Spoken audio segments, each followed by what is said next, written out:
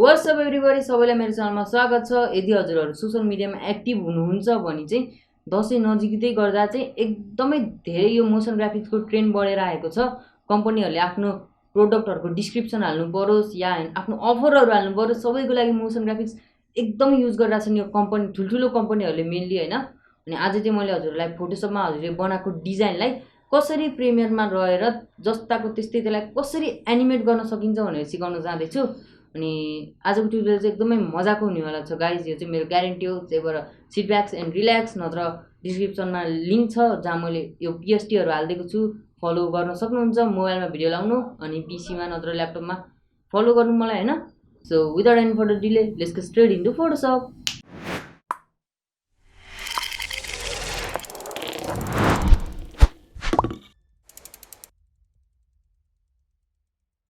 So guys, welcome to Photoshop. अनि आजको ट्युटोरियलको लागि चाहिँ मसँग यो मेरो एउटा डिजाइन छ जुन मैले सिम्पल फोटोसपमा गराएको हो, हेर्न सक्नुहुन्छ। अब यहाँ ब्याकग्राउन्डहरू, सोसियल मिडियाहरू चाहिँ फरक लेयरमा छ। अनि मैले ग्रुप बनाएर राखेको छु। इन्ट्रोको यो ग्रुप भयो, यहाँ चाहिँ मेरो सबै इन्ट्रोको चिजहरू छ। अब यसलाई अफ गऱ्यो भने त्यसपछि ग्राफिक डिजाइनमा 25% अफ, अनि थर्ड लेयरमा चाहिँ फोटो एडिटिङमा 30% अफ, अनि भिडियो एडिटिङमा 20% off. By the way guys, if you want hire me, मलाई फेसबुकमा, इन्स्टाग्राममा या मेरो जिमेल मार्फत हजुर कन्ट्याक्ट गर्न सक्नुहुन्छ। सबैको लिङ्क तल डिस्क्रिप्सनमा छ। अनि यो चाहिँ अफकोर्स दसैँको लागि अफर होइन, मैले यत्तिकै ट्युटोरियलको लागि बनाएको हो। दसैँको लागि मैले छुट्टै सोचेको छु। So guys, stay tuned for that. अनि अब चाहिँ मैले सुरुमा सबै लेयरलाई अन गरेर राखेँ।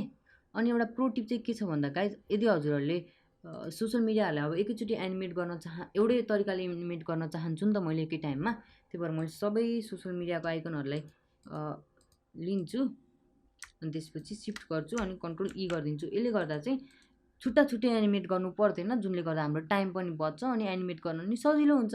र अब चाहिँ मेरो यो भएको छ, बनेर भ्याएको छ है।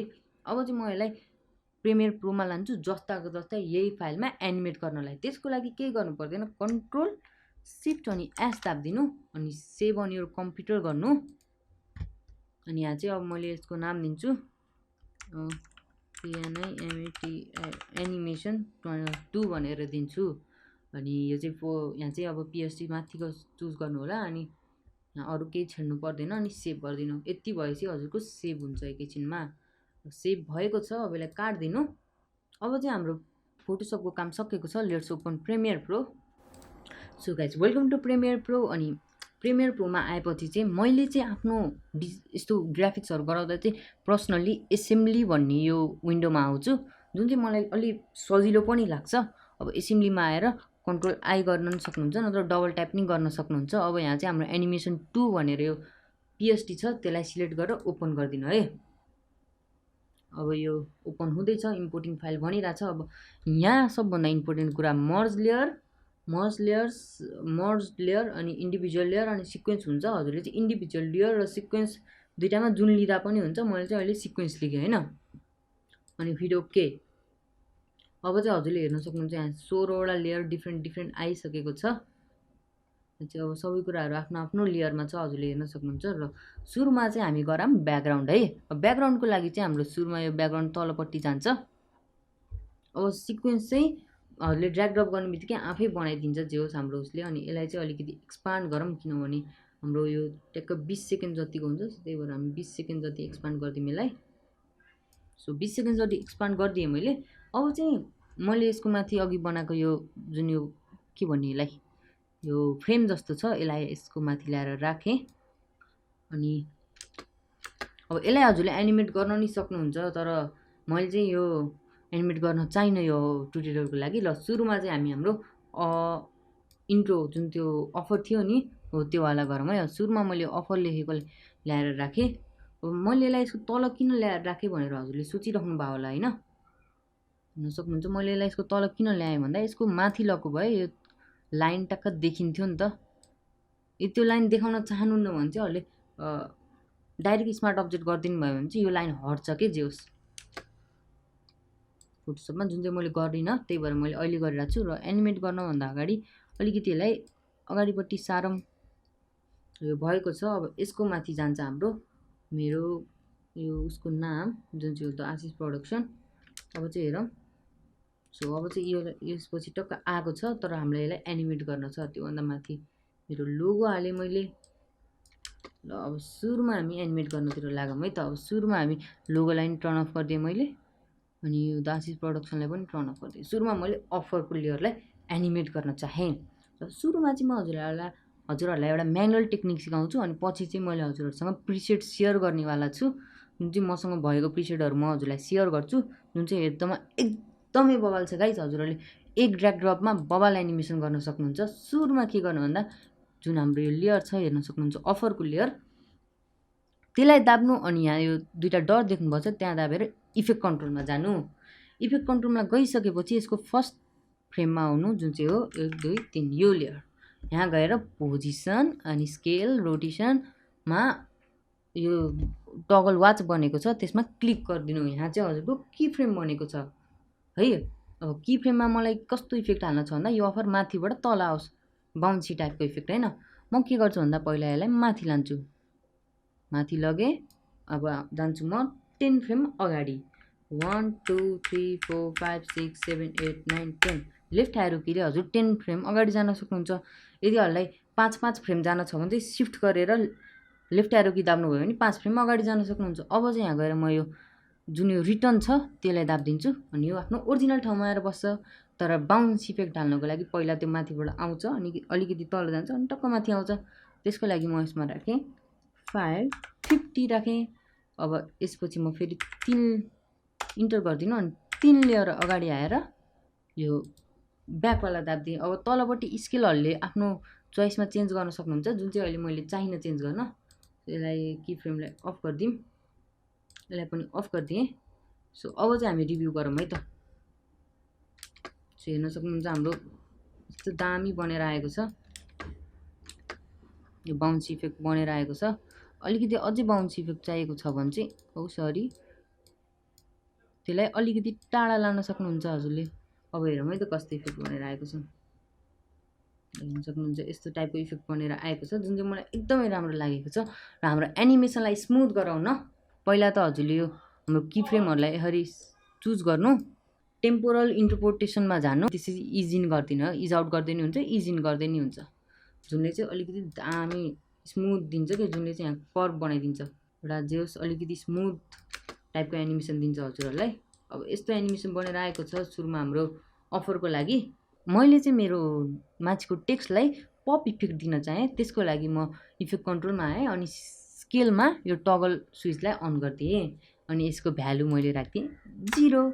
अब चाहिँ म के गर्छु भन्दा सिफ्ट गरेर 5 फ्रेम अगाडि आउँछु, अनि त्यसपछि यसको भ्यालु राखिदिन्छु, यहाँ यो दाबिदिन्छु, जुन चाहिँ 100 हुन्छ होइन। अब यसलाई हेरौँ, हेर्न सक्नुहुन्छ एकदमै दामी पप इफेक्ट आएको छ। र यसलाई अझै राम्रो गराउनको लागि, अझै स्लो गराउन छ भने हजुरले यसलाई अलिकति समातेर टाढा लान सक्नुहुन्छ, समथिङ लाइक दिस। अब हेरौँ है त, अझै अलिकति टाढा लगाऊँ। लेट्स सी, अलिकति यसलाई पछाडि लगाऊँ। सो अब चाहिँ यस्तो पप इफेक्ट आएको छ, हेर्न सक्नुहुन्छ हजुरहरूले टक्क पप भएर आएको छ। अब यो फ्रेममा गएर हजुरले दाब्न सक्नुहुन्छ। अनि सो यहाँ चाहिँ अब 100 छ, मैले चाहिँ 110 गरेँ, अनि अघि जस्तै 2 फ्रेम फेरि यसको 1 2 3 4 फ्रेम अगाडि आएर 100 गरिदिएँ, जुनले चाहिँ यस्तो इफेक्ट दिन्छ। हेरौँ है गाइस, अब चाहिँ दामी पप इफेक्ट आएको छ। र अब लास्ट भनेको हाम्रो लोगोलाई एनिमेसन गर्नु पर्यो होइन। अब जुन मेरो लोगो छ त्यसलाई चाहिँ मैले कसरी एनिमेट गर्छु भन्दा फेरि लेट्स एनिमेट इट एकदम सजिलो टाइपले, जुन चाहिँ अब मलाई यही पर्फेक्ट मेरो लोगोमा नै हाल्नु पर्यो भने मैले फेरि त्यत्रो मेहनत गरिराख्नु पर्दैन। मैले चाहिँ यसलाई सिलेक्ट गर्छु, अनि एकचोटि फेरि यसलाई इज इन गरिदिउँ, सिलेक्ट गर्छु, अनि कपी गरिदिनु, अनि माथिको लेयरमा गएँ म, अनि यहाँ गएर पेस्ट गरिदिएँ। अब हेरौँ है त, जुन हामीले बनाएको जुन एनिमेसन थियो त्यो दुइटैमा आएको छ, र हेर्नमा नि एकदम कुल देखेको छ होइन। सो यतिमा चाहिँ हाम्रो एनिमेसन लगभग कम्प्लिट भइसकेको छ, हाम्रो फर्स्ट उसको एनिमेसन। मैले चाहिँ योभन्दा धेरै के छिन्न चाहिन। अब चाहिँ हामीले राख्नुपर्ने हुन्छ आउट एनिमेसन, किनभने इन एनिमेसन मात्र भएर हुँदैन। सो गाइज, मैले चाहिँ यो जुन फ्रेम थियो त्यसलाई चाहिँ अलिकति माथि सारेर यो दुइटालाई तल सारेको छु। जुनले चाहिँ हामीले पछि एनिमेसन गर्ने बेला सजिलो होस्। अब चाहिँ हामी गर्छौँ यसपछि म राख्छु भिडियो एडिटिङको ब्याक हैन। अब यो चाहिँ मेरो भिडियो एडिटिङको तलपट्टिको आइकन हो। अब हजुरले जान हाल्नु यो भिडियो एडिटिङ लेखेको हालेँ मैले। अनि त्यसपछि म हाल्छु 25% अफ हैन। यसरी चाहिँ हाम्रो अर्को उस आएको छ र एउटा कुनै मुभमेन्टै छैन यसमा। र यसमा मुभमेन्ट हाल्न चाहिँ अघिको फेरि प्रोसिडियरहरूले रिपिट गर्न सक्नुहुन्छ। यदि हजुरहरूलाई कस्टम मुभमेन्ट चाहिएको छ भने, होइन मलाई अलिकति सजिलो वेमा गर्न छ भन्नुहुन्छ भने आई गट यु गाइज। मैले चाहिँ हजुरहरूको लागि भनेर चाहिँ 500 वटा जति टेक्स्ट एनिमेसन प्याक हो, जुन चाहिँ हामीले आफ्नो ग्राफिक्समा युज गर्दा पनि हुन्छ, त्यो सर्च गरिदिएको छु। अनि त्यो चाहिँ मैले डिस्क्रिप्सनमा लिङ्क दिनेवाला छु। अब त्यो चाहिँ मैले हजुरलाई रार फाइलमा दिन्छु। हजुरले चाहिँ डाउनलोड गरेर इम्पोर्ट गर्न सक्नुहुन्छ। सुरुमा इफेक्ट्समा गएँ म, अनि यहाँ प्रिसेटमा गएर राइट क्लिक गरेर इम्पोर्ट प्रिसेटमा गएर इम्पोर्ट गर्न सक्नुहुन्छ है। अब मैले चाहिँ त्यो दिएको फाइल यस्तो नामको छ, यो कुन भाषा हो थाहा छैन मलाई। यो फाइललाई यसरी ओपन गरेपछि यहाँ टन्नै एनिमेसनहरू छ, हेर्न सक्नुहुन्छ। Bounce, text animation, cinematic, glitch, slide, smooth. अब म चाहिँ सुरुमा स्लाइडमा गएँ। अनि अब हामीलाई आउट एनिमेसन हाल्नु पऱ्यो नि त। अब आउटमा गएँ। अब यो 3rd नम्बरको चुज गरेर तिनटैमा ड्र्याग ड्रप गरिदिएँ। सरी गाइज, लास्टकोमा गर्न खोजे होइन, मैले 3rdकोमा गर्न खोजे हो, झुक्किएछ। अब हेरौँ है त कस्तो भयो हाम्रो एनिमेसन। सुरुमा हाम्रो अफर आउँछ, लोगो आउँछ, टाइटल आउँछ, अनि त्यसपछि सट्ट जान्छ साइडबाट। यदि मैले यो पहिला जस्तो नै माथि राखेको भयो यो लेयरलाई, यो फ्रेमको माथि जान्छ, विच विल लुक हरिबल के, खत्तमै देखिन्थ्यो। अब चाहिँ यसलाई अफ गरिदिउँ। अनि इनमा गएर त्यही टेक्स्ट एनिमेसन 3 चाहिँ मैले यो सबै यो भिडियो एडिटिङकोमा तिनटैमा राखिदिएँ। जुन इन राख्नुभएको थियो त्यो अर्कोमा, जुन आउट राख्नुभएको थियो त्यो अर्कोमा इन राखिदिनु होला। सो अब चाहिँ त्यताबाट गएको छ। सरी गाइज, यो चाहिँ लेफ्टबाट आयो है। म कन्ट्रोल जेड गरिदिउँ। नम्बर 4 हेरौँ, नम्बर 4 चेक गरौँ। हामीलाई लेफ्टबाट जाने अनि उतै अर्को लाइटबाट आउने एनिमेसन हाल्न छ नि त। अब 4 नम्बर चेक गरौँ, सायद 4 नम्बर हो क्या त्यो इफेक्ट। यता साइडबाट गयो, यो चाहिँ अपबाट रहेछ। त्यो पनि अपबाट नि दामी छ, तर अलिकति स्टोरी बिल्डअप हुनु पऱ्यो नि त। त्यसको लागि चाहिँ मैले यो टाइटल एनिमेसन 2nd हो क्या हो सायद, मैले यो 2nd राखिदिएँ। हजुरले चाहिँ एउटा लजिक राख्नु कि मतलब अब यो साइडबाट यता गछ भने चाहिँ यताबाट आओस् कि अर्को जुन ग्राफिक छ त्यो। र यसरी चाहिँ हाम्रो डिजाइन लगभग कम्प्लिट भएको छ, हेर्न सक्नुहुन्छ। अब हामीले फेरि मैले सुरुबाट यसलाई प्ले गरेर देखाउँछु। सुरुमा अफर आयो, पपअप गऱ्यो। अब यसलाई यो जाने बेला आउट भयो, अनि यहाँबाट चाहिँ टक्क इन भयो हैन। सो गाइज, यति नै थियो आजको लागि। Hope you guys like the video. मन पर्यो भने लाइक, सेयर अनि सब्सक्राइब गरिदिनु होला। हजुरले चाहिँ यो इन्ट्रोहरू सबै युज गरेर एकदमै दामी गर्न सक्नुहुन्छ। मेरो चाहिँ अझै कति धेरै लेयर छ, म तिनीहरूलाई एनिमेट गर्छु बसेर। अनि ट्युटोरियल चाहिँ यति नै थियो। अरू सबै पछाडि पनि यही कुराहरू मैले फलो गरेर अझै लामो भिडियो बनाउँदै जाने हो हैन।